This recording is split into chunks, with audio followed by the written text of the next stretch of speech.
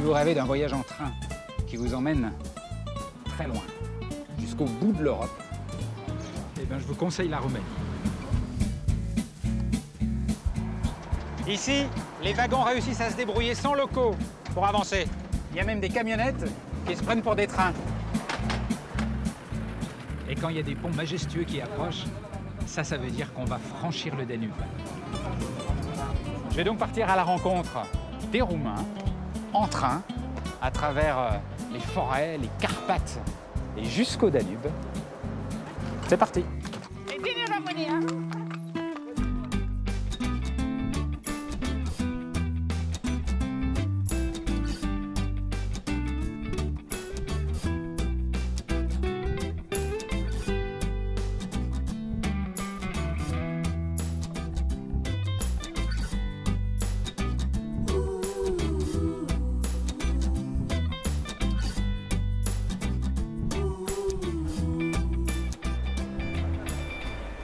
La Roumanie. Je vais commencer mon voyage tout au bout de ce pays, à l'est, près de la frontière avec la Moldavie. La Roumanie, c'est l'Europe, mais elle reste pleine de mystères. Je vais prendre mon train à Iași. Je n'avais jamais entendu parler de cette ville, et c'est pourtant la deuxième ville la plus peuplée du pays.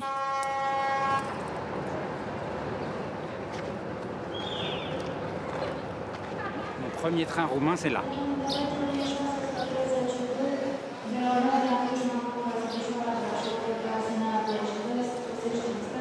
Si c'est pas de la bonne vieille Micheline de chez nous,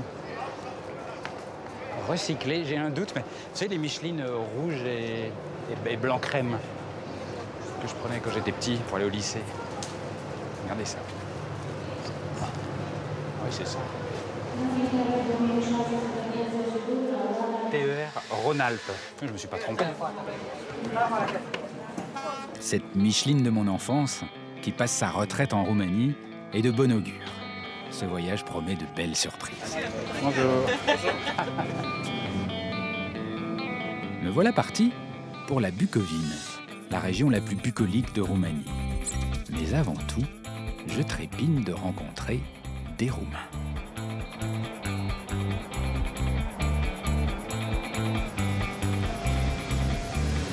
Je vous y prends, vous êtes en train de discuter avec les voyageurs. Oui, exactement, je suis en train de faire connaissance.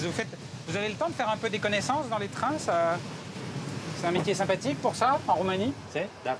Oui, oui. Faites comme chez vous. Là, vous étiez en train, si c'est pas indiscret, hein, vous étiez en train de parler de quoi tous les deux? J'étais un peu gênée, parce que je n'avais pas mon billet sur moi. C'est mon mari qui l'avait. Est-ce qu'il y a beaucoup de fraude? Est-ce qu'il y a beaucoup de gens qui n'ont pas de ticket dans les trains roumains? Non, pas sur ces trajets-là. Vous savez, ça fait 20 ans que je fais ce métier. Alors moi, on me la fait plus. Bon, excusez-moi, je dois vous quitter, j'ai encore du travail. Alors vous le trouvez sympa, ce contrôleur, ou pas? Il est très sympathique. Oui. Que je vous dise, mon mari et moi, nous avions des places dans un autre compartiment. Mais il y avait trop de monde. Alors on s'est dit qu'on allait s'asseoir ailleurs, pour être plus tranquille. En fait, c'est pas notre place ici. Eh bien, le contrôleur, il nous a laissé nous asseoir sans nous verbaliser. Vous voyez qu'il est très sympathique. Alors, moi, c'est la première fois que je viens en Roumanie. Alors, la Roumanie, quand on vient de l'Europe de l'Ouest, c'est un pays assez mystérieux encore.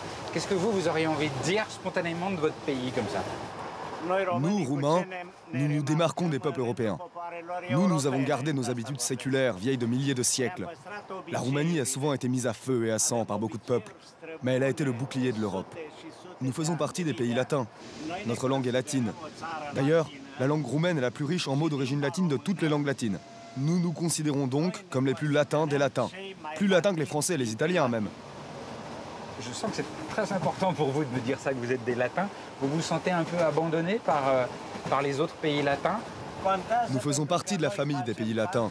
Nous ne faisons pas partie des pays slaves ni des pays germaniques. Nous ne sommes pas slaves. Je sais que les Français nous considèrent comme des Russes, mais nous ne l'avons jamais été et ne le serons jamais. Un grand Français a d'ailleurs dit que la Roumanie est une île dans une mer slave.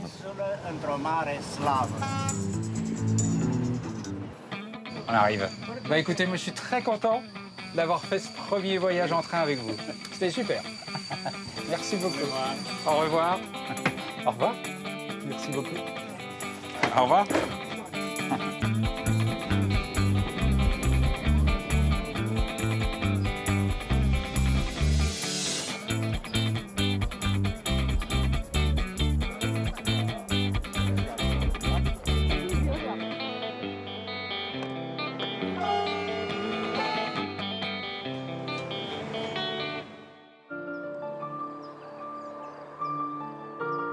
La Bucovine.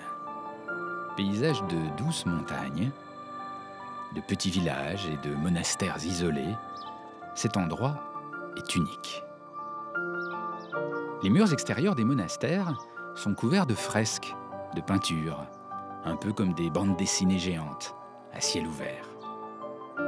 Leur fonction, raconter des épisodes de la Bible à tous ceux qui, il y a 5 ou 6 siècles, ne savaient pas lire.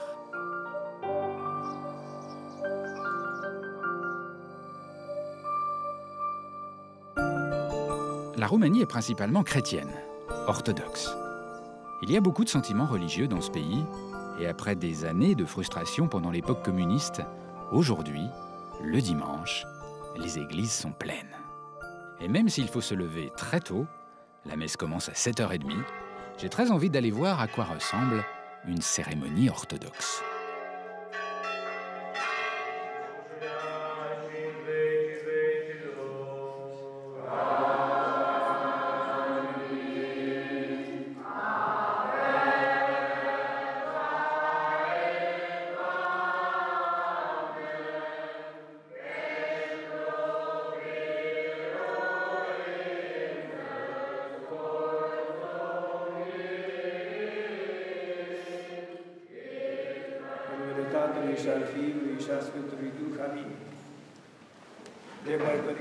Mes très chers fidèles, je veux que vous preniez en considération l'esprit des saints et leur dévouement.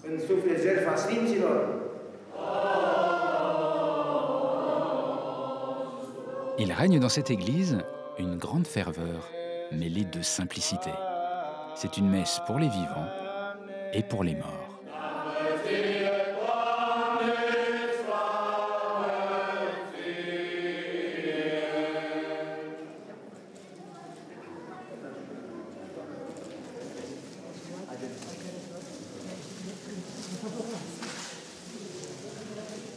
Je peux rentrer?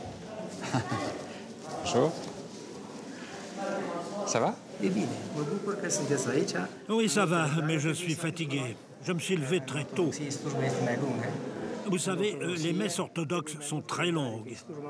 L'orthodoxie demande toujours une part d'effort personnel. On ne peut pas faire de messe d'une demi-heure en restant assis sur une chaise. Pour affirmer sa foi en Dieu, en fait, il faut souffrir un peu.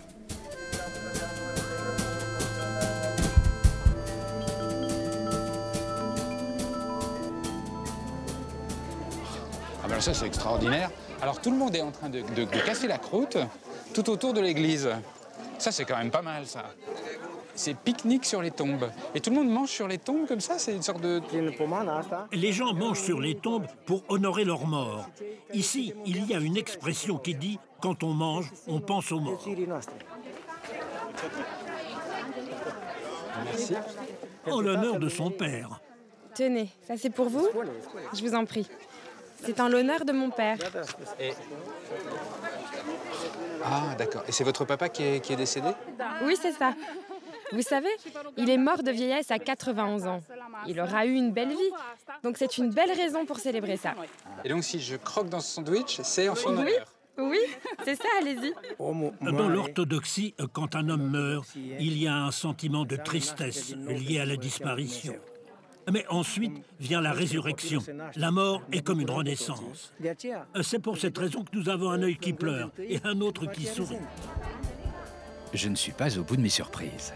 Le pique-nique n'était qu'une mise en bouche. Après le casse-croûte sur les tombes, on enchaîne avec le repas.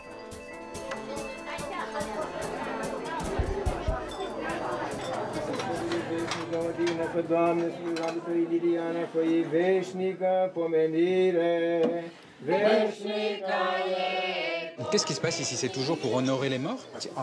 On est comme une famille ici. On vient et on mange comme si le mort était avec nous, à nos côtés.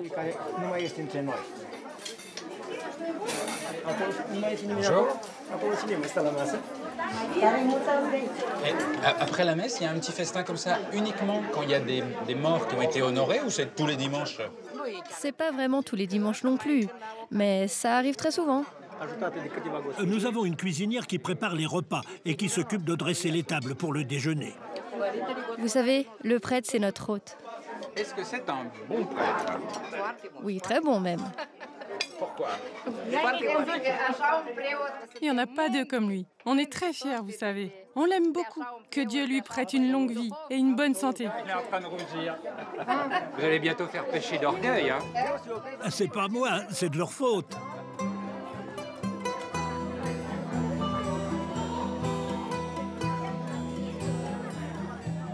Entre ce prêtre et les habitants, il y a une sorte de familiarité, presque de tendresse.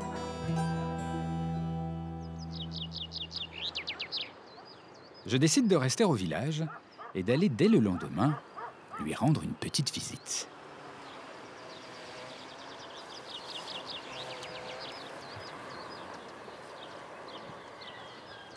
Bonjour. Bonjour, bonjour. Je peux entrer? Venez ici. Vous êtes le pope? Oui. C'est moi. C'est vous? Mais moi, un pope, j'imaginais ça dans une église, pas dans un chantier de travaux publics. Voyez. Dieu nous a enseigné la prière et le travail. L'une sans l'autre, c'est comme un oiseau sans ailes. C'est le chemin vers l'absolution. Donc, on peut être pope et travailleur. C'est votre métier, maçon? On peut être les deux, prêtre et maçon.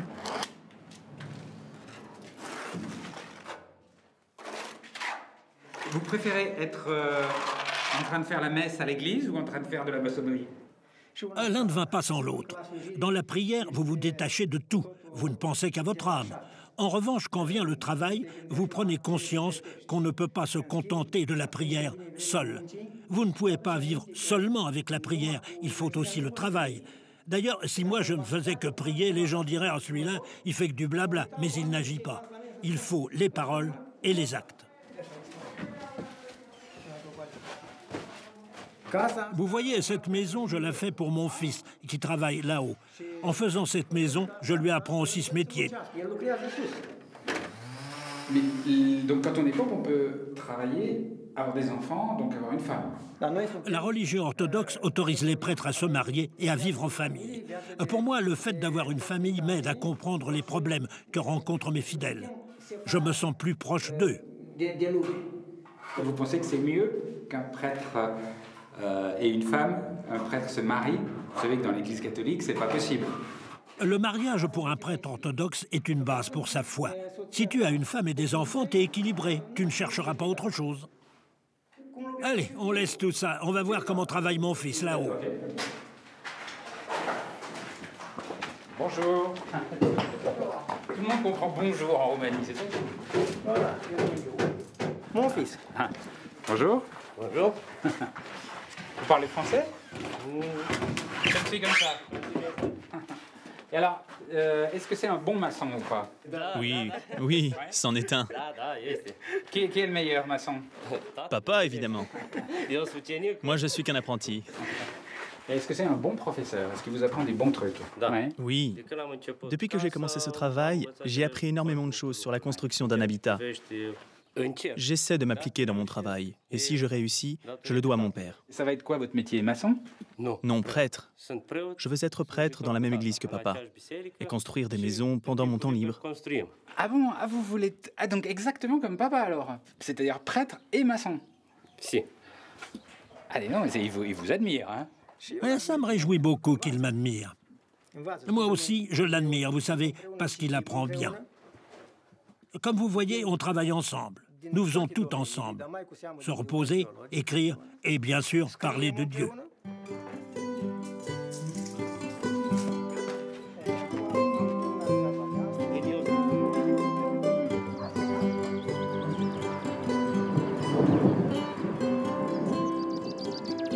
Il y a dans cette campagne une douceur, quelque chose de notre enfance. J'ai l'impression d'accéder à un autre temps.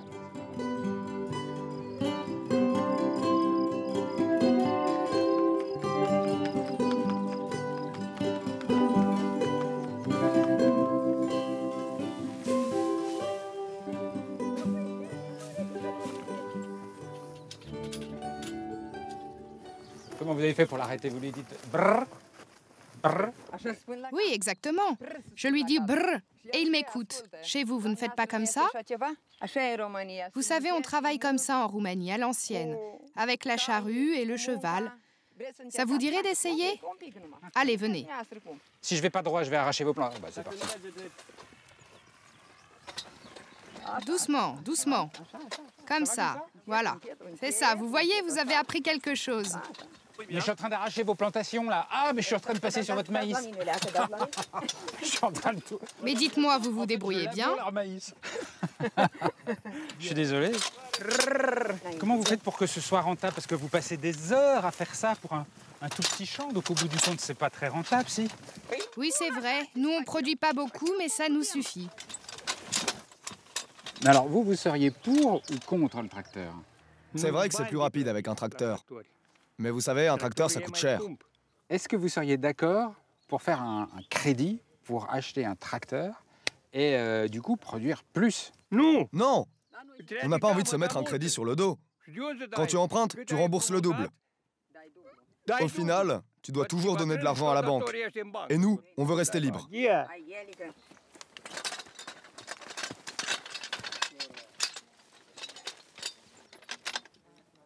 Et qu'est-ce qui vous donne cette espèce de joie sur le visage, ce sourire à vous tous? Disons que ça compte pas pour nous d'avoir beaucoup de sous. On s'en fiche. Ce qui compte, c'est d'être heureux comme on est. Vous savez, ceux qui ont beaucoup de sous, ils y pensent beaucoup. Nous, on n'en a pas, donc on n'y pense pas.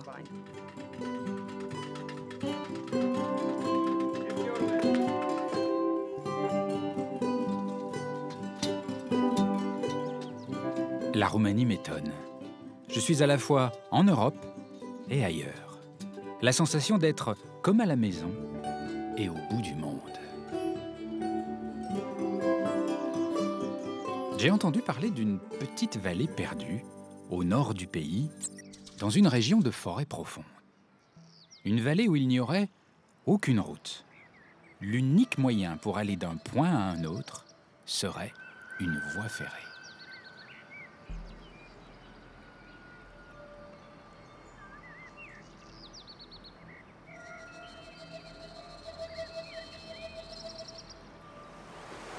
Alors ça, vous voyez, ça c'est vraiment un endroit comme je les adore. Il n'y a rien, je suis au milieu de nulle part, dans une des régions les plus reculées de Roumanie qui s'appelle les Maramureș.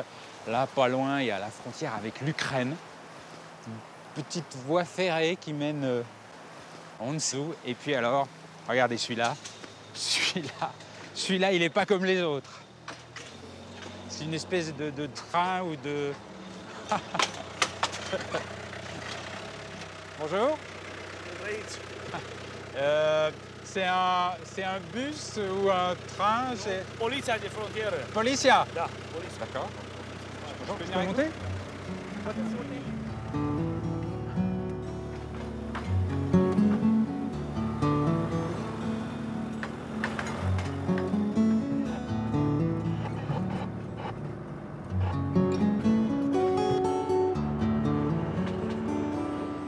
Et vous allez où comme ça là?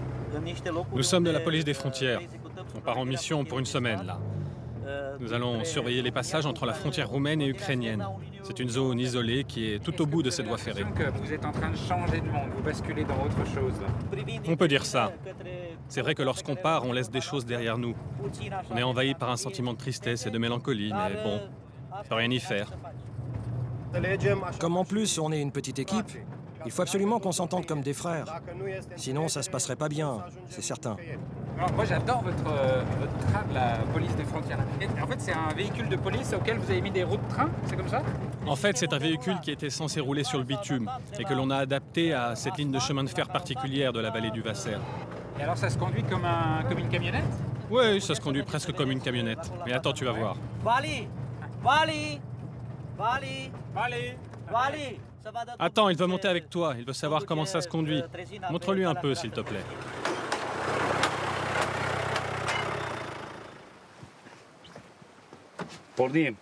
On démarre?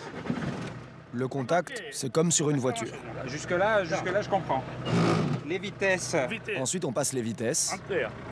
Comme les camions. Ce que je comprends pas très bien en revanche, c'est le volant. À quoi ça sert le volant?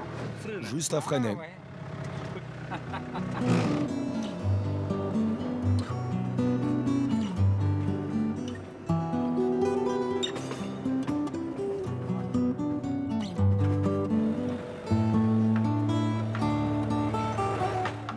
Nous sommes arrivés à Chouligou.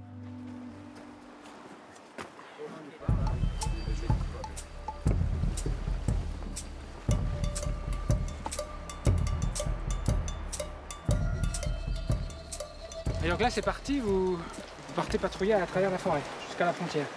Oui, et il faut qu'on monte pendant 3 heures jusqu'à ce qu'on arrive à la frontière. Et qu'est-ce que vous regardez là quand vous patrouillez comme ça? Qu'est-ce que vous cherchez? D'abord, on observe le terrain et ensuite, on contrôle toutes les personnes qui circulent dans la région.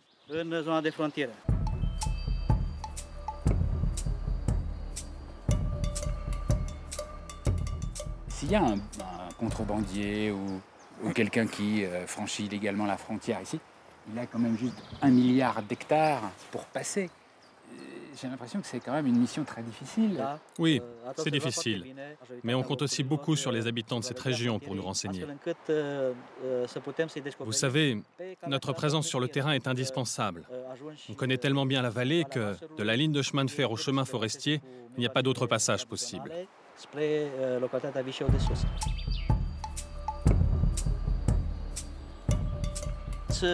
Bon, excusez-moi, mais on a assez parlé pour aujourd'hui. On n'avance pas assez vite. Et il faut qu'on y aille. On a encore du chemin à faire. Ah, je suis désolé, je vous ai ralenti, je suis trop lent. Vous voyez qu'il ne faut pas que je vous suive. Merci beaucoup. Désolé. Et je vais redescendre vers la voie ferrée. Il y a un peu des trains qui passent de temps en temps. Ne vous inquiétez pas. Vous allez bien en trouver un pour que vous puissiez continuer votre route. Merci beaucoup. Désolé de vous avoir un peu ralenti. Puis bonne patrouille. Au revoir. C'est courageux.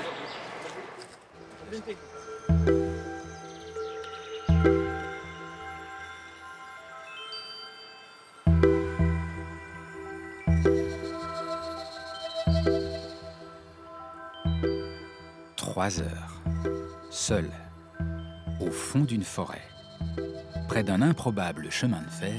Ah, je suis content quand je vois arriver du monde. Bonjour, je peux monter? Allez-y, montez.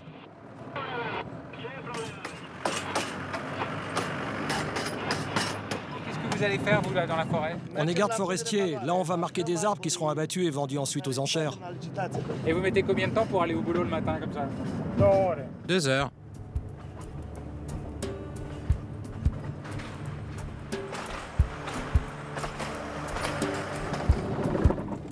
Ah. Qu'est-ce qui se passe?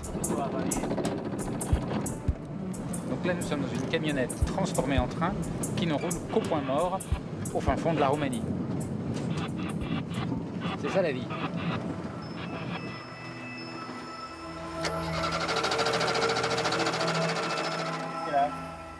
J'en sais rien, elle démarre plus. À quelle heure la nuit tombe et les ours attaquent? Normalement vers 21h30. La nuit ou les ours? La nuit d'abord, les ours y viennent un peu plus tard. Donc on a une espérance de survie de combien? Si on a la santé, encore 100 ans. Allez, venez me filer un coup de main. Ça va pas? Comment est-ce que vous voyez la situation? Je vois pas trop où est le problème. Bon bah qu'est-ce qu'on fait, chef? Je crois qu'il va falloir qu'on pousse. Et j'espère que ça va démarrer. Hein. Allez, venez.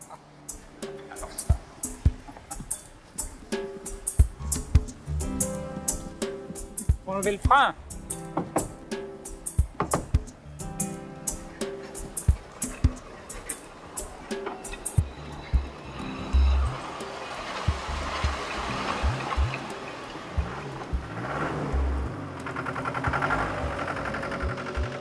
Ben voilà, c'est reparti.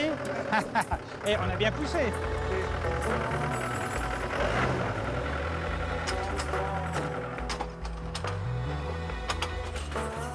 Cette voie ferrée de la vallée du Wasser est longue de 42 km. On y circule lentement, à peine 20 km/h. Elle a été construite à partir de 1929 pour les activités forestières et le transport du bois. C'est aujourd'hui encore sa principale fonction.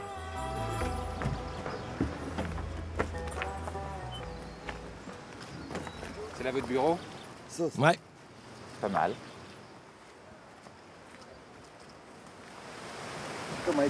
Ouais, c'est par là. Là? Ouais, il faut couper là. Allez.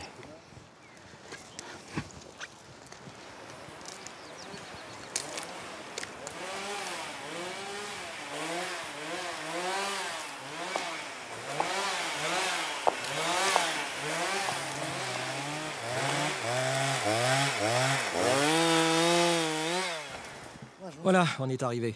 C'est l'heure de la coupe, là? Ouais, vous tombez bien. Il pleure un peu, là. Non, il pleure pas. De toute façon, il faut le couper. Il a le foie malade. Il a des problèmes de foie. Il boit trop? Ça dépend si on lui donne à boire ou pas. Allez, poussez-vous, vous n'avez pas de casque.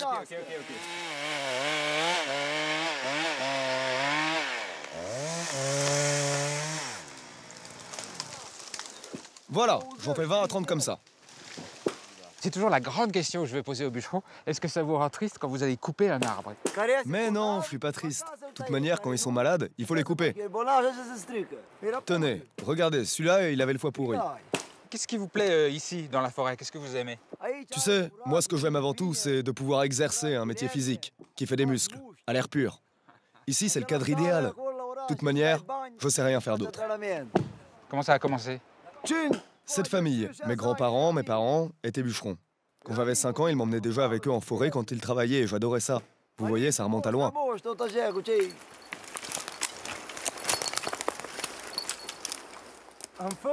Maintenant, je vais attacher le tronc avec ce câble. Et c'est le cheval qui va le tirer jusqu'en bas. Et c'est pas dangereux, là, quand il va tirer l'arbre d'un seul coup? Et c'est le cheval qui transporte les arbres dans la forêt? Le cheval, il va doucement. Et nous, on le guide pour que le tronc reste toujours dans la bonne trajectoire et ne vienne pas heurter ses pattes arrière.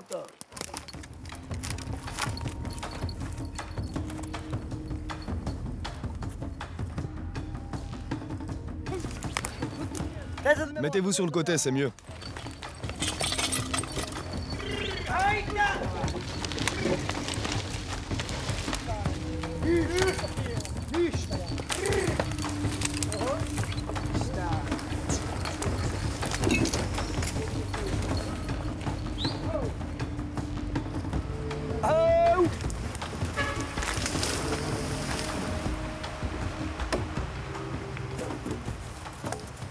J'ai l'impression en plus que cette vallée, elle est comme protégée par le fait qu'il n'y ait qu'un petit train et pas de voiture, pas de camion.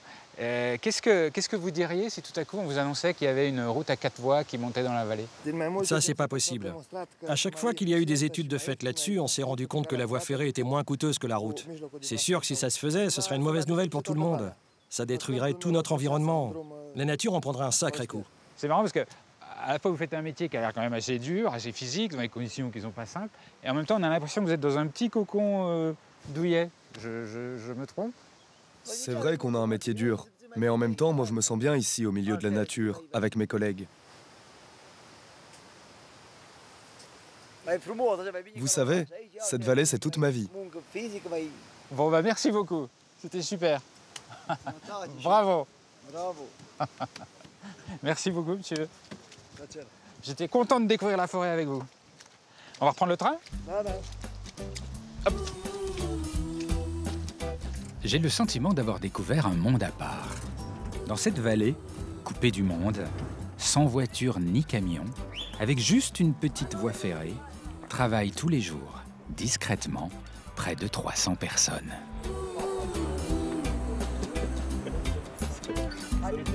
Regardez, là, un wagon. Devant, pas de locomotive. Eh bien, pour transporter ces bons vieux troncs jusque dans la vallée, sans aucun moteur, mais il suffit de faire ça. Vous montez, vous dites bonjour, salut, vous desserrez les freins et c'est parti, tranquillement, en descente jusqu'à la maison.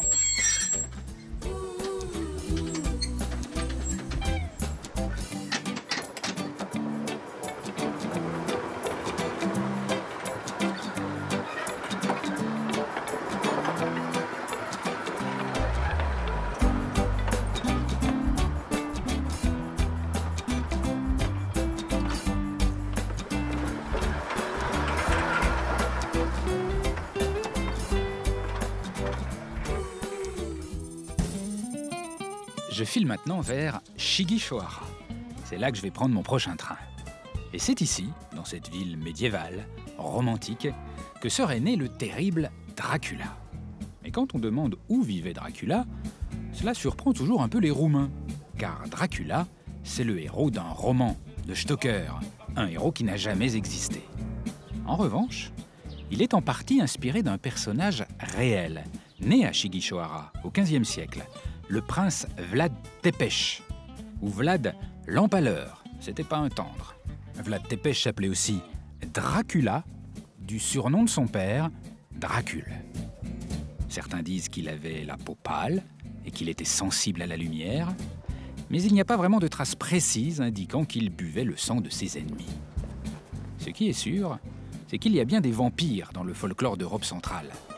Le Dracula du roman serait donc en fait un peu de tout cela à la fois.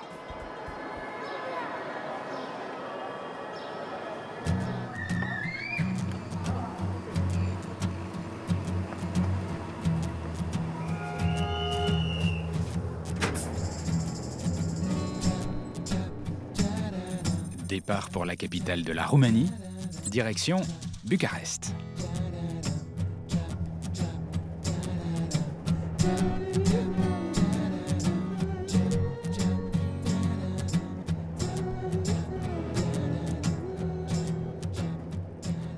Salut. Je peux m'asseoir là? Alors, qu'est-ce que vous lisez là? Quelles sont les nouvelles du jour? Il y aura une invasion de moustiques à Bucarest. Est-ce que le moustique roumain est particulièrement dangereux? Oui, ils font assez mal. Surtout quand ils sucent beaucoup de sang. Qu'est-ce que vous avez, les Roumains, avec cette histoire de sucer le sang? C'est vrai qu'on dit que le comte Dracula empalait ses ennemis et ensuite leur suçait le sang. Mais moi, j'y crois pas. C'est que des histoires, ça. Donc en fait, si je résume, en Roumanie, à Shigishohara, on se fait sucer le sang par Dracula, et à Bucarest, par les moustiques, c'est ça? Oui, c'est ça. Tout est lié au sang en Roumanie. Et qu'est-ce que c'est que cette histoire? Pourquoi? Je sais pas. Eh ben, merci beaucoup.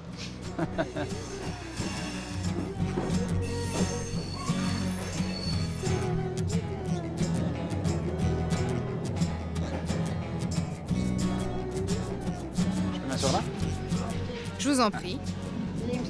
Désolée, je ne comprends pas. Je ne parle que le russe qu'on nous obligeait à apprendre à l'école. Quel souvenir, quelle sensation vous gardez de cette époque communiste, vous? Tu sais, j'en garde un souvenir excellent. À l'époque, j'avais du travail. Depuis, tout ce pourquoi on a travaillé a été détruit. Nous encore, on a une retraite, mais les jeunes, ils n'ont pas de travail. Alors j'ai l'impression que derrière, il y a des gens qui réagissent, qui n'ont pas l'air d'accord. En fait, le communisme a ralenti la croissance de la Roumanie par rapport aux autres pays. Aujourd'hui, on a énormément de retard, vous savez. Que je vous dise, Ceausescu a été dur, il faut le reconnaître, mais il a été intelligent. Avec lui, le pays était uni. Aujourd'hui, plus rien n'est fait pour les jeunes. Ils n'ont même pas de travail, ils n'ont pas de logement, ils sont même obligés de partir à l'étranger. Tout a été détruit. C'est dommage pour ce très beau pays qui était plein de richesses, avec tout ce que nous avions bâti, nous, les anciens. Vous savez, les personnes âgées, elles ont vécu le communisme. Mais nous, les jeunes, on n'était même pas nés à cette époque. C'est du passé, tout ça, maintenant. Nous, on peut juste donner un avis. Mais c'est vrai, on rencontre encore beaucoup de personnes âgées qui disent que c'était mieux avant. Merci. Merci beaucoup. Merci.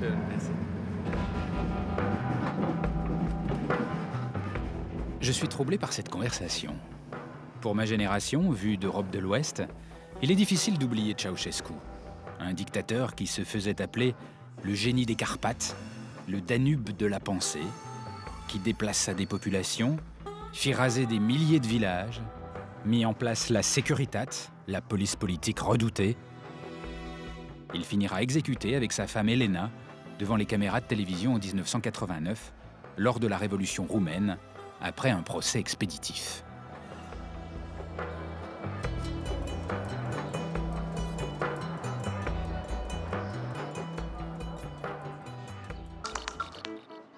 Bucarest.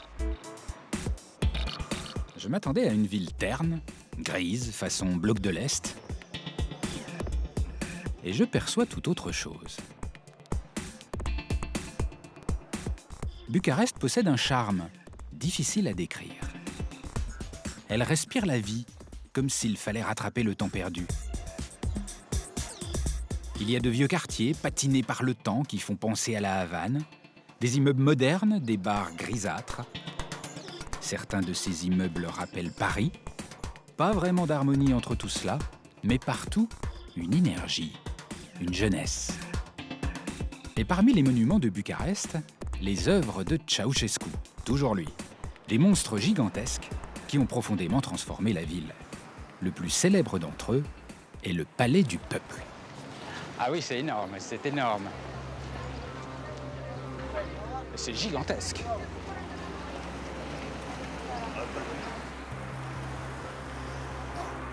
Oui, il faut être un petit peu mégalo, je crois, pour faire ça. Parce que quand on voit ça, il faut quand même penser que là, il y a 1/6 de Bucarest qui a été rasé pour construire ce bâtiment.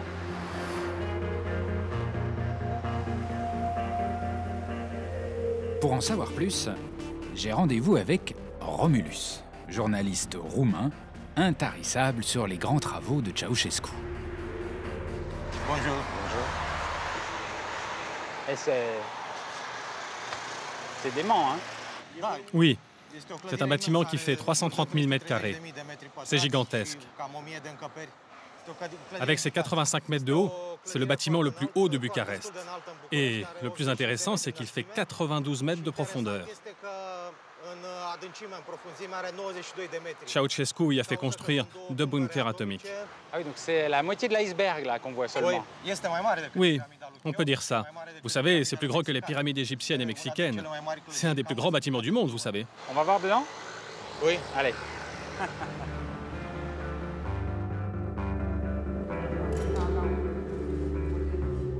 Ah, voilà.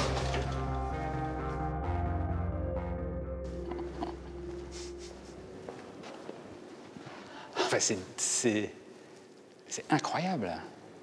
Et c'est démesuré. Mais il y a combien de salles gigantesques et vides tout en marbre dans ce palais?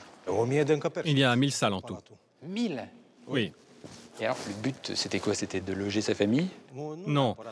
Le but de Ceausescu, c'était de réunir ici tous les dirigeants d'administration, que ce soit les dirigeants du Parti communiste et les services de sécurité, la Securitat. Tout ça dans l'idée de pouvoir les contrôler, si on peut dire.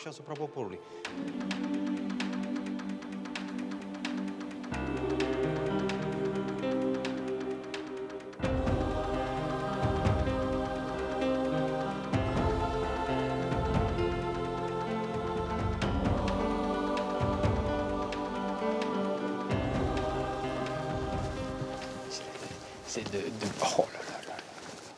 C'est de plus incroyable en plus incroyable. C'est plus qu'immense. Est-ce qu'on peut dire que c'est le délire d'un homme à qui on ne mettait aucune barrière? Ceausescu faisait vraiment ce qu'il voulait, comme il le voulait, et surtout avec l'argent qu'il voulait. Ceausescu l'a fait à un moment où son peuple souffrait de nombreux manques et mourait de faim. Les magasins étaient vides, il fallait faire des queues interminables pour pouvoir se nourrir. Non, vraiment, pour construire un bâtiment aussi immense, il fallait être fou. Finalement, on peut dire que c'est la période où les Roumains ont vécu le plus mal pendant tout le communisme.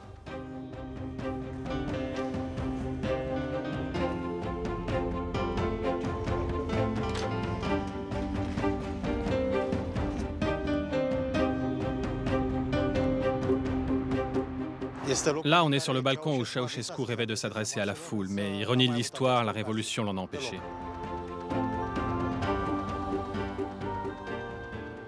Moi, j'ai participé à cette révolution qui l'a renversé, mais c'était il y a 22 ans.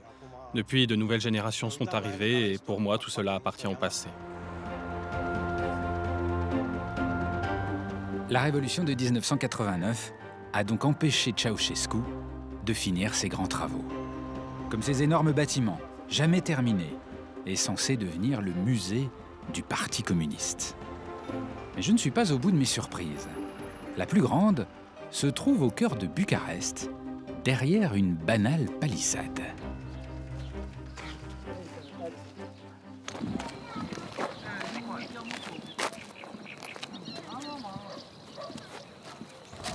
Alors ça, j'ai du mal à imaginer ce que c'est.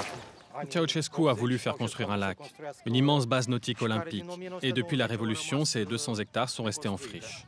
Ici, à l'époque, il y avait un quartier avec 200 maisons, un monastère célèbre qui datait du XVIe siècle, mais aussi une prison. Et Ceausescu a rasé tout ça.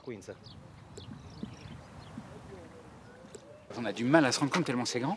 On est au milieu de la ville. Oui, on peut dire ça. On est dans le 4e arrondissement. C'est un quartier central de la ville.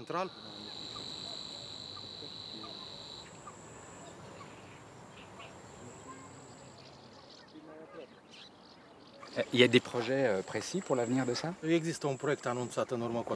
a eu un projet déposé récemment pour en faire un site protégé.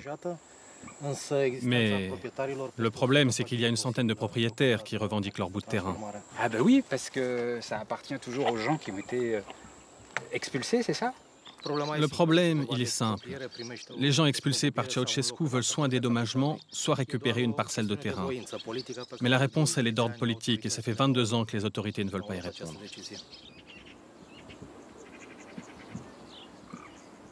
Bonjour. Qu'est-ce que vous faites là? Nous sommes à la recherche d'un magpie. Searching for what? Un magpie. Des magpies? Qu'est-ce que c'est des magpies? Un oiseau, si vous préférez. Noir et blanc. Celui-là, là-bas. Ah oui. Jack!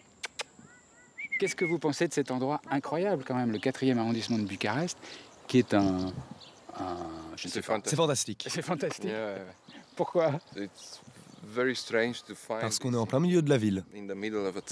Vous voudriez que ça devienne quoi, cet endroit dans le futur? Moi, j'aimerais que ça reste comme ça. Hein? Ouais. Que ça reste de la nature, au milieu de la ville. Ouais.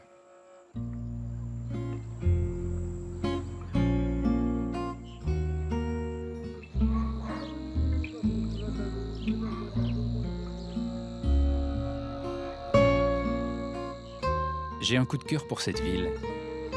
C'est tout sauf une ville triste. La grisaille et les blessures sont comme assimilées. Elles font étrangement partie de la ville, du quotidien.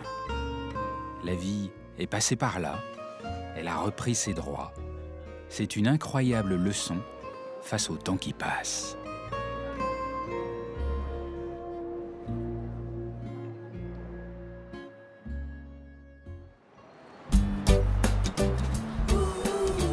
En Roumanie, il y a un autre endroit culte.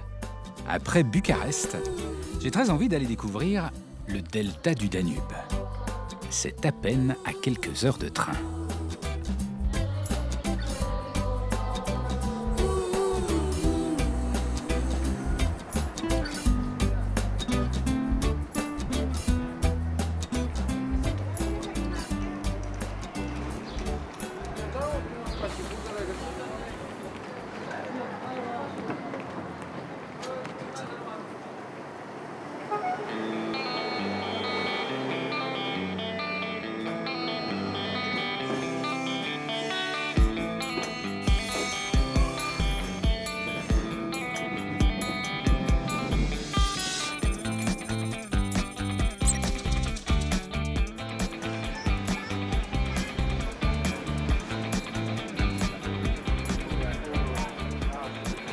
Bonjour. Et où est-ce que vous allez, les amoureux, là? À Mangalia. Vous avez l'air très amoureux, tous les deux. Ah oui. Ça fait combien de temps que vous êtes tous les deux ensemble? Ça fait 30 ans. Quel est le secret roumain pour que l'amour dure? Le secret, c'est simple. Le respect mutuel de l'un envers l'autre. Si tu le permets, je vais faire une petite blague. Oh non. Si, je vais la faire quand même. Que je vous dise, Au début, je ne l'aimais pas, mais aujourd'hui, je l'aime comme au premier jour. Je plaisante, bien sûr. Je t'aime beaucoup. Tu sais que je t'aime, toi.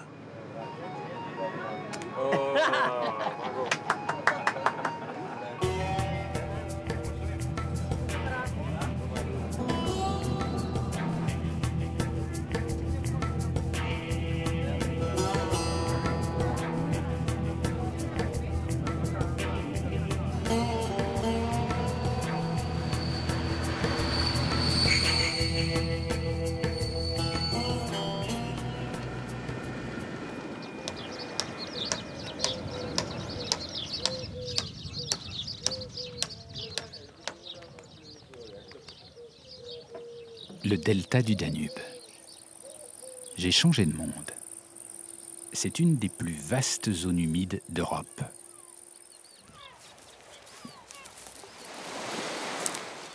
C'est le lieu de rendez-vous des oiseaux migrateurs, une des plus grandes roselières du monde et le paradis du pélican.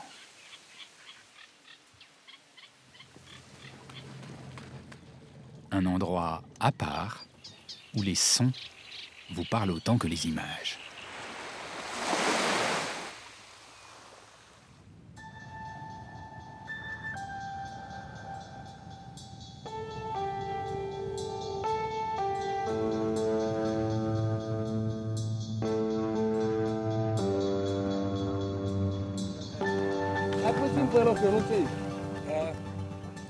Can I go? Asseyez-vous là-bas. C'est pas stable, hein? Ça dépend pour qui. Regardez, à peine je bouge. Bon, je me mets comme ça. Je me mets comme ça, hein? Arrêtez de rigoler.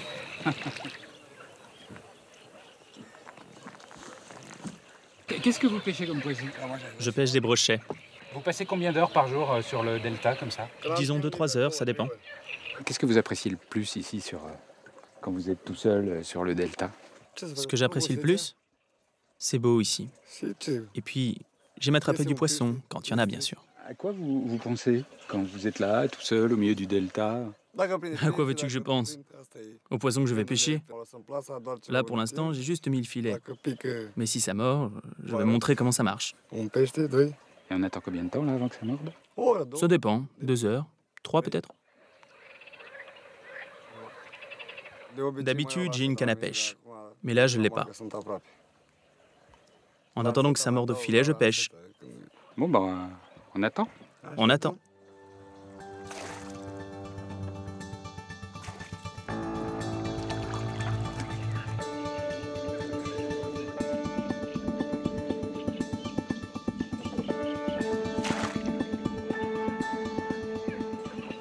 Comment vous avez vu qu'il y avait du poisson? Il y a des petits flotteurs qui ont bougé. Ah, mais il est beau. Oui, il est beau. Ah, c'est un beau poisson.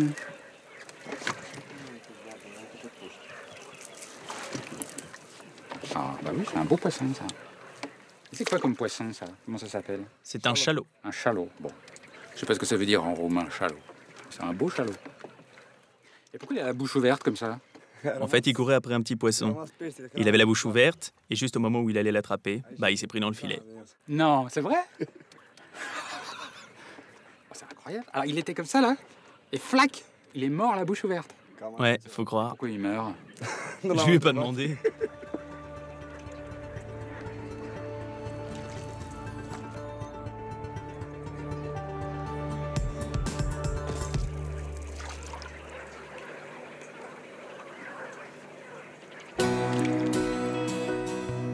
C'est là, au cœur du delta, que s'arrête mon voyage. Je trouve qu'il y a dans ce pays quelque chose d'unique. Quelque chose qui vous prend aux tripes. La Roumanie, c'est la nature souvent préservée, la campagne de notre enfance, l'attachement aux valeurs, aux traditions. Il y a là-bas quelque chose qui résonne en nous, une vibration familière. Mais il y a un plus. Il y a chez les Roumains cette incroyable ardeur, celle de ceux qui ont du temps à rattraper, qui veulent avancer vite, malgré les obstacles. La Roumanie ne se raconte pas, elle est une expérience. inattendu.